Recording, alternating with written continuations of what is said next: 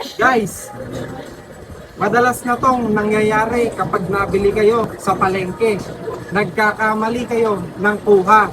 Samantalang ang kukunin nyo ay dahon sili, ang nadadampot nyo ay saluyot. Paano nga ba natin malalaman yung pinagkaiba nila? Tignan nyo yung dahon sili. Yung dahon sili po ay medyo matataba yung dahon niya at hindi po magaspang. Samantalang ang saluyot po ay medyo magaspang po yung pinakadahon niya. Ganito po ang itsura ng saluyot. Kaya kapag pipili kayo, tignan nyo maigi. Mas kulay green po yung dahon sili. Ayan.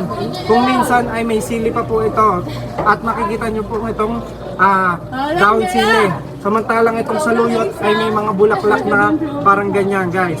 Ito po yung dahon sili at ito yung saluyot.